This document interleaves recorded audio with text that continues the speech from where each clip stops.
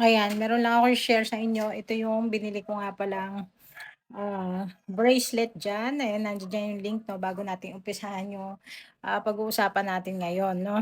Ayan, bahala na kayong makiramdam, pero sa akin okey siya 'no. Susunod na yung mga kuwento pa rito, ayan. Ayan, kung gusto niyo po. Eto po ang kaibahan lang nito ay, sinalang ko sa altar 'to, nilagay ko sa altar at balak ko ay, palitan ng ano, ng ganito, ayan. Kasi parang baka kumupas siya o something, 'yan. So ayan, balik tayo.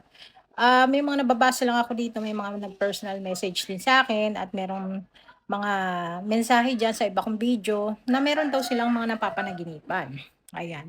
Ang panaginip daw nila ay nagegera din daw, 'no, sa mga nakakaalam sa pandaigdigan digmaan na nangyayari ngayon, ayan.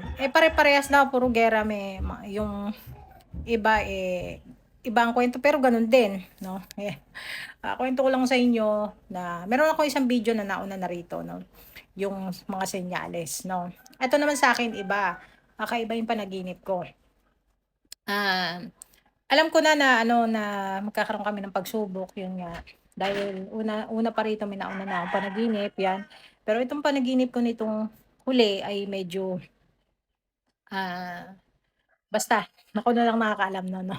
Ayan, ano ba yung napanaginipan ko? Nakapanaginip po ako na isang pikit ko lang na naginip agad ako. Isang pikit ko lang ang nakita ko, meron daw akong nakitang krus na nakasandal sa pinto. At ang kakaiba dito sa krus na 'to, alam niyo kung ano?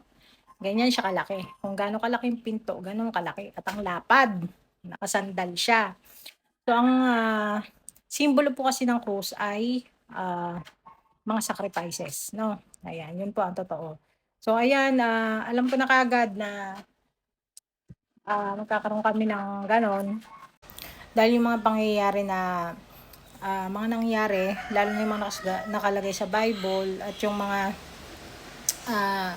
bagay 'no, na mga ginamit ng ating Panginoon, yung mga, sinabi niya, lahat 'yan may ibig sabihin. So ibig sabihin po ng krus ay, sakripisyo 'no, ayan. Kung ano man 'yun at sabi ko, basta yung kaya lang po, 'yun po 'no. Puwede naman tayong mangulit dahil magulang 'yan ano. So 'yun, nakiusap ako sana po yung kayanin namin at 'wag masyadong matagal, gano'n. Siguro dun sa mga nakakapanaginip ng may gulo, ayan, siguro kasama na rin dun yung, meron silang worry sa likod ng isip nila. Maaaring, meron silang, mag-anak sa ibang bansa na nangingibang bansa din o di naman kaya sila mismo ang nandodo'n, ayan, hiwalay sila sa pamilya kasi ang, kinatakot-takutan ng, iba 'no, depende sa sitwasyon kagaya namin, ang, worry ko yung pagpunta niya dun 'no, baka magulo.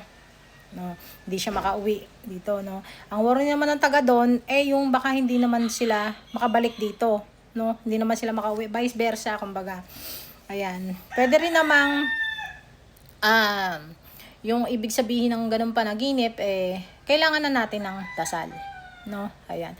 Halimbawa makapag-grocery tayo, ayan, ay mas maganda makapagsimba, ayan. At, siyempre yung pagtulog at paggising kailangan nananalangin din tayo 'no, ayan. At 'wag kalimutang pasalamat 'no, at, marami pa tayong puwedeng i-ano, gawin 'no, lalo na ngayon siya nangyayari sa akin 'no.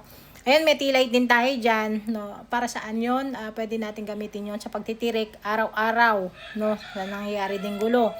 Ayan, sa ibang bansa kailangan na nating, magdasal kasi worst to worst tayo, hindi natin alam kung anong, hinaharap o kung ano pang mangyayari. Siyempre kailangan lagi tayong handa.